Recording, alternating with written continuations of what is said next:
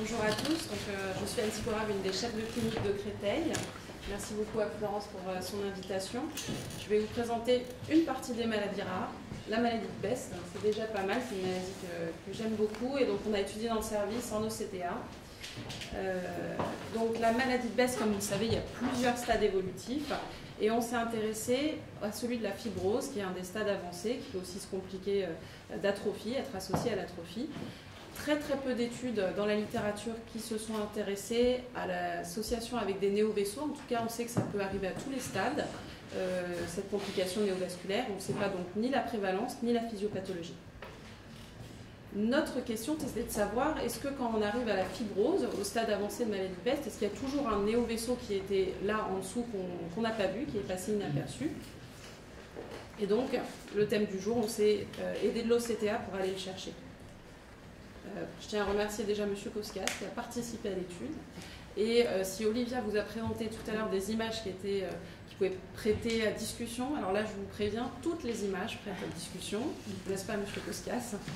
Donc nous avons 52 patients que nous avons suivis dans le service avec une maladie de Best.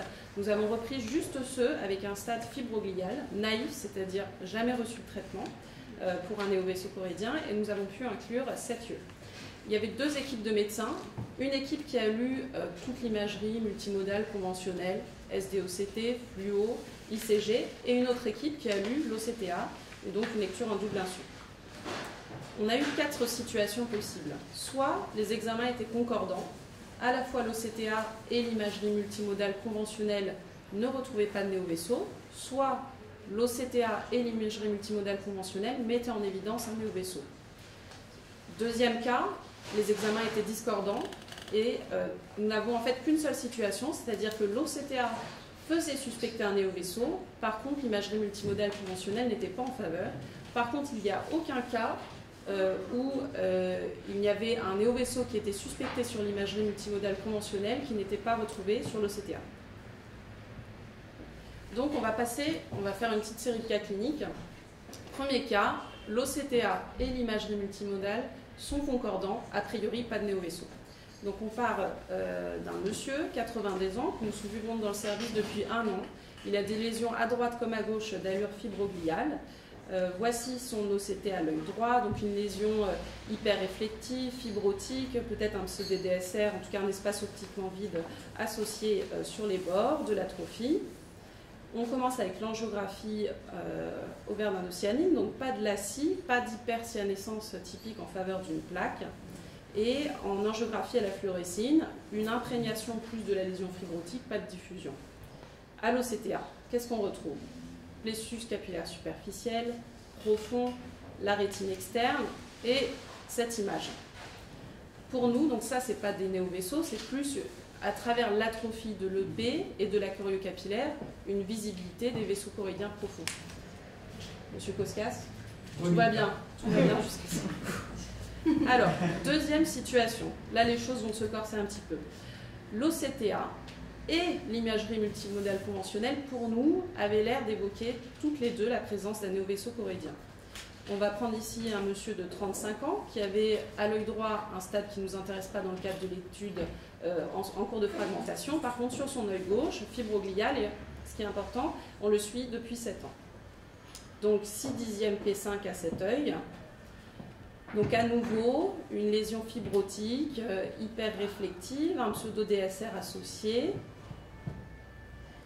Sur les coupes en ICG, donc pas de LACI, une hypercyanescence, pas de franche plaque comme on la recherche. Par contre, sur l'angiographie à la fluorescine, une diffusion. Qu'est-ce qu'on retrouve sur l'OCTA? Quand on arrive déjà dans les couches externes, une image très suspecte et qu'on retrouve aussi au niveau de la choriocapillaire. Est-ce qu'il s'agit véritablement d'un LACI? En tout cas, c'est vraiment des images suspectes. On trouve un aspect avec plusieurs vaisseaux enchevêtrés, il y aurait des boucles, des anastomoses. On a aussi un effet de masquage du flux au centre dû à la lésion fibrotique. Pour nous, les examens multimodaux, avec notamment la diffusion, le DSR ou pseudo-DSR, et l'OCTA est en faveur d'un néovaisseau. Maintenant, oui, excusez-moi. L'angiomode en dessous est-il un élément important dans votre réflexion? Oui, bien sûr, on fait tout un faisceau d'arguments. Plus que la description ou autant que la description du... Alors, pour Monsieur Koskas dirait qu'il faut tout regarder. Moi, je regarde beaucoup la coupe C scan de l'OCTA. Bien sûr, il faut s'intéresser aussi au flux. Si maintenant on regarde en 2009, 5 ans auparavant, ce patient, on voit qu'il avait toujours cette lésion fibrotique, toujours ce liquide sous-rétinien en avant. Et si on fait le follow-up de 2009 à aujourd'hui, pas tellement de changements, je vous remonte les images, 2009 à aujourd'hui. Donc s'il y a vraiment un néovaisseau choroïdien en dessous, en tout cas il serait peu actif. On est d'accord? C'est ce qu'on avait discuté. En fait, oui. Il s'agit de reliquats de vaisseaux, voilà, légèrement pathologiques, un peu perméables, donnant lieu à une certaine diffusion, mais relativement stable. Il n'y a pas de prolifération vasculaire, pas d'hémorragie, pas d'extension de lésion. C'est une lésion, si on la classe dans les néovasculaires, on peut classer dans les formes quiescentes ou stabilisées. Tout à fait. Donc voilà. Quand les examens maintenant ne sont pas concordants, donc je vous disais tout à l'heure qu'il y avait eu 2 médecins qui avaient lu le multimodal, 2 médecins qui avaient lu l'OCTA, mais pour cette image, je pense que toute l'équipe de Créteil a vu les images, ont discuté, dont M. Koskas. Alors, on va prendre maintenant donc, le premier patient que je vous avais montré tout à l'heure, 82 ans. Maintenant, on va regarder l'autre œil, l'œil gauche. Donc, il y a toujours donc, une lésion fibrotique, l'autofluorescence, l'angiographie aubert-densocyanine qui ne va pas tellement nous apporter grand-chose. Sur l'angiographie à la fluorescéine, donc une imprégnation de la lésion fibrotique, un effet fenêtre au niveau de la plage d'atrophie. Et maintenant, on va s'intéresser aux images OCTA. On voit apparaître dans la rétine externe quelque chose qui est aussi au niveau de la choriocapillaire. Je vous l'entoure, M. Koskas.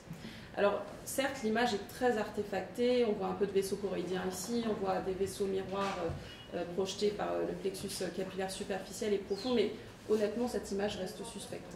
Je ne sais pas ce que vous en pensez. Je pense que le B-scan a une grande valeur, finalement. Et l'absence de signal en avant de l'épithélium pigmentaire, en particulier si l'on fait la concordance entre ce qui est entouré sur le C-scan et la lésion, la zone identique en B-scan, on s'aperçoit qu'il n'y a pas de signal du tout à cet endroit-là, mais au contraire, une masse de matériel dense, capable de créer une réflexion et un artefact de projection. Et si je devais arbitrer, je sais que vous l'aviez dit. Finalement, tout à l'heure, notre souhait, c'est qu'on peut soit faire traitement d'essai, soit période de tolerance. Cette lésion, je pense, au bout de 4 jours, au bout d'1 mois, au bout de 3 mois, serait l'effet identique. Je ne sais pas. Alors malheureusement, ce patient n'est pas revenu. J'ai d'autres, mais on pourra discuter du là, j'aurais parié. Vous auriez consommé. Ce qui ne se fait pas, mais j'aurais pensé essentiellement qu'il s'agit bien d'un artefact de projection. D'accord. Un autre cas, donc là c'est une jeune femme de 18 ans qui a une lésion fibrogliale à l'œil gauche, vitélo-disruptive à l'œil droit, et un bon suivi pour elle parce qu'on la suit depuis 8 ans. Alors regardez bien ces images parce que son suivi est assez intéressant. Ça c'est les images actuelles, donc 4/10 sur son œil gauche, un épaississement avec une lésion fibrosée, un décollement séreux-rétinien associé, l'angiographie aubert-d'indocyanine, donc des images toujours un petit peu difficiles à interpréter. J'ai pas vu de lacis, il y a une hypercyanescence tardive, est-ce que c'est une plaque ou pas? L'angiographie à la fluorescine, pour moi, pas de diffusion, c'est vraiment une imprégnation de la lésion fibrotique. Et passons maintenant à l'OCTA. Vont apparaître cette lésion. Allez-y, M. Koskas, vous voulez peut-être la décrire. Je crois que ce que je viens de dire tout à l'heure s'applique directement. Vous voyez, il y a un soulèvement de l'épithélium pigmentaire sur le B-scan et il y a un signal dans l'air de ce soulèvement. Il y a donc une activité néovasculaire, une présence néovasculaire au sein du décollement de l'épithélium pigmentaire, bien traduite par le signal rouge qui est indiscutable. Et qui est même d'ailleurs relativement étendu et dense. Il est donc indiscutable. Qu'il y ait au sein de la lésion des zones totalement atrophiques qui apparaissent complètement noires en B-scan, c'est une évidence. Qu'il y ait une fibrose importante, c'est aussi une évidence.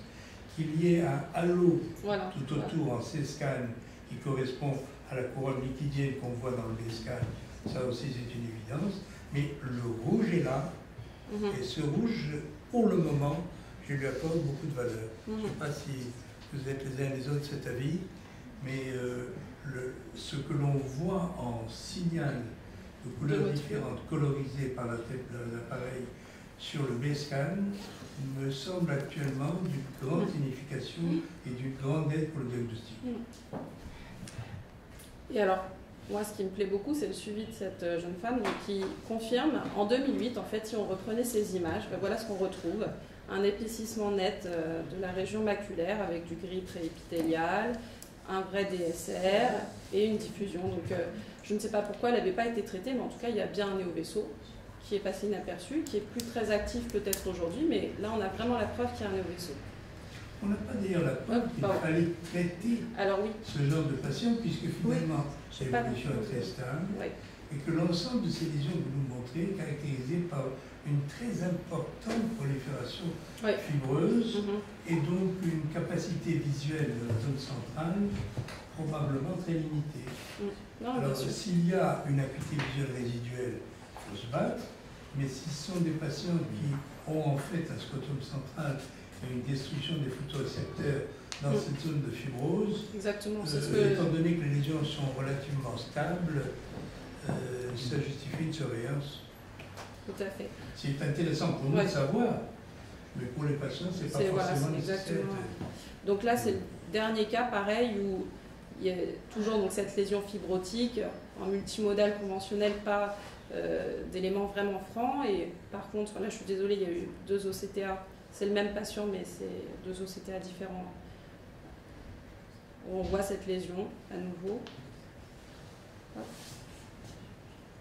Et toujours une stabilité sur plusieurs années. Donc en tout cas, c'est ce qu'on disait. Juste là, pour finir sur les résultats de l'étude, sur les 7 patients, les 7 yeux qu'on a regardés, l'imagerie multimodale conventionnelle n'a détecté un néovaisseau que dans 2 cas, tandis que si on prenait l'OCTA seul, on le retrouvait dans 5 cas. Et après, quand on demandait à quelqu'un de regarder toutes les images, il trouvait aussi dans 5 cas sur 7 yeux un néovaisseau. Donc c'est vraiment l'OCTA, premièrement, il ne passe pas à côté d'un néovaisseau, il détecte plus de lésions que l'imagerie multimodale. Après, comme disait M. Koskas, l'activité du néovaisseau, elle est extrêmement dure à dire, que ce soit sur l'OCTA seul, sur l'imagerie multimodale conventionnelle voilà, aussi. Donc pour moi, notamment dans la maladie de Best, il y a vraiment un intérêt à faire une imagerie combinée. Deuxième point important qu'on peut retenir, c'est que le Best au stade fibrotique, il a l'air vraiment associé à un néovaisseau sous-jacent, très fréquemment, et que si ces néovaisseaux sont là, ils sont en tout cas peu évolutifs, une activité faible. Et comme le disait donc M. Koskas, voilà, faire une imagerie multimodale complète pour savoir s'il s'agit d'un néovaisseau fibrosé, quiescent, actif, peu actif. Et point en pratique vraiment à retenir, est-ce qu'on surveille, est-ce qu'on traite? Souvent, c'est des patients qui viennent, qui n'ont pas forcément d'acuité visuelle qui a baissé récemment. Beaucoup de ces patients, on ne les a pas traités, ça n'a pas changé dans le suivi, donc voilà, c'est le message à retenir. Sur le plan physiopathologique, l'étape de la fibrose du BEST, ça correspondra à quoi? Il y a très très peu de papiers qui ont été décrits dans la littérature. Je ne pourrais pas vous donner de réponse forcément, mais est-ce que ça veut dire qu'il y a un néovaisseau? Voilà, c'était la question. Moi, je pensais que c'était la question. dire effectivement non, alors, ça, c'est une question qu'on s'est beaucoup posée dans le service, mais fibro, sur le plan anatomopathologique, ne veut pas dire forcément néovaisseau en dessous. C'est une question qu'on s'est posée aussi beaucoup avec M. Koskas. Il faut faire attention aux termes qu'on utilise. Il faudrait plutôt dire fibroglial, parce que voilà. Très belle série qui est en fait très intéressante parce qu'elle nous apprend à mieux connaître ces phases tardives et à savoir justement dans quel cas nous devons agir ou dans quel cas il y a encore quelque chose à proposer ou surtout il y aurait eu à d'autres occasions le moment d'agir et non pas de laisser évoluer. Ces maladies qui peuvent se voir à un âge relativement jeune méritent d'être suivies très tôt maintenant, dont nous disposons de thérapeutiques plus efficaces. Cette série est très intéressante et très belle. Et aussi, toi tu avais vu donc, dans le BEST que l'OCTA montrait beaucoup plus facilement la présence de nos vaisseaux, qu'ils soient actifs ou pas. Et avec Rita Serra et Meyersrour, on avait aussi mené un travail sur les Malacia levantines, aussi donc des maladies extrêmement rares. On avait eu 7 cas. Et en effet, on n'a vu dans aucun cas les néovaisseaux en fluo et en ICG, on n'a jamais pu faire le diagnostic. Et en OCTA, on les avait dans 5 cas sur 7, dont 4 cas qui étaient actifs avec les signes d'activité, boucles et arcades.